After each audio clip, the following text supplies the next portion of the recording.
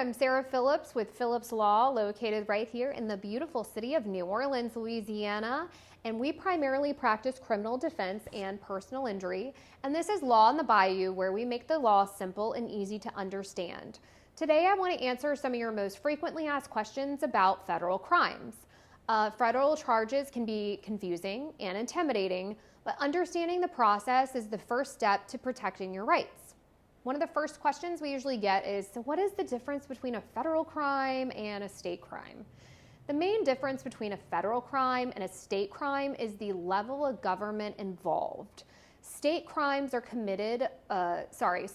prosecuted under state law by local or state authorities, such as the NOPD, the Jefferson Parish Sheriff's Department, while federal crimes are prosecuted under federal law by agencies like the FBI, the DEA, or the ATF.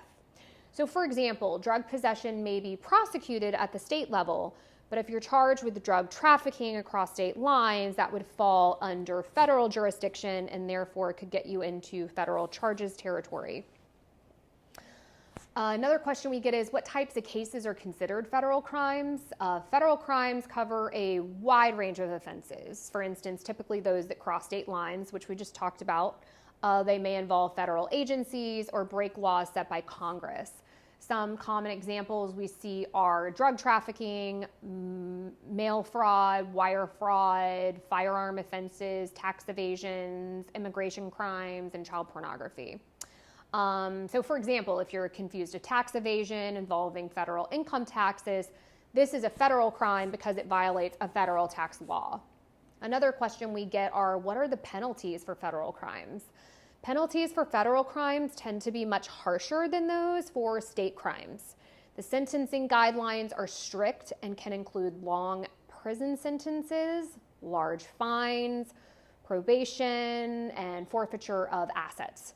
Federal crimes are often associated with mandatory minimum sentences, meaning that the judge must impose a specific minimum sentence if you're convicted. Another question we get are, how do federal investigations work? Federal investigations are typically longer and more complex than the state investigations. Federal agencies like the FBI, DEA, or ATF handle these investigations, and they often work undercover using surveillance for months or even years before making an arrest. Once you're under investigation, they've likely already gathered substantial evidence against you. Recently, we had a client who was charged with wire fraud, and they had emails, bank transactions, communications over several years to really build that strong case before they were pressing charges. A lot of people want to know, will my case go to trial? No, not all federal cases go to trial. In fact, most federal cases are resolved through plea agreements.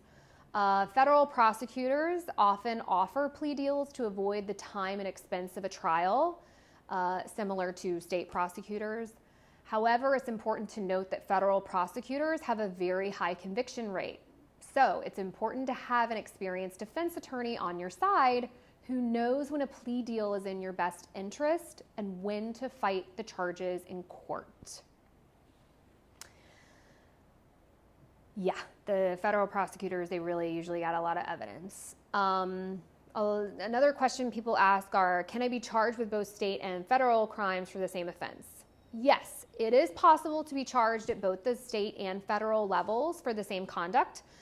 This is known as dual sovereignty. For example, if your actions violate both state and federal law, you could face charges in both court systems. However, in practice, this is actually relatively rare, and the federal government usually takes precedence. So for instance, if you have state charges and the federal government decides to pick it up for whatever reason because it can fall underneath their jurisdiction, usually the federal government will pick up the charges, the state will dismiss, null pros the case, and let the federal government handle it. A lot of people want to know, how are federal sentences determined? Federal sentencing is governed by the federal sentencing guidelines, which set specific ranges for sentences based on the type of crime and other factors like your criminal history, for example. While the guidelines are not mandatory, judges rely on them heavily, and they include mandatory minimums for certain offenses like drug trafficking or child pornography, kind of which we talked about. Why is it important to hire an attorney experienced in federal cases? Federal cases are complex and involve different rules, procedures, and the sentencing guidelines. That's really important to know compared to state cases. An experienced federal defense attorney understands how to navigate these systems. We have relationships with the prosecutors, we know how the judges are, and we know how to build a strong defense. Without the right legal help, you could face much harsher penalties. So if you or a loved one are facing federal charges and we didn't kind of answer any of your questions, or you have more questions, feel free to visit our frequently asked questions page on our website. That's a great place to start. But specifically for federal law, go ahead and give us a call so we can talk about your case. It's 504-434-7000. We can do a free consultation. I will also link a blog post below talking about federal charges and a little bit the difference between that. So yeah, if you liked this video, please like and subscribe. And if you have any questions, just give us a call and we'll be happy to help you out. Thanks so much for watching, and have a great day.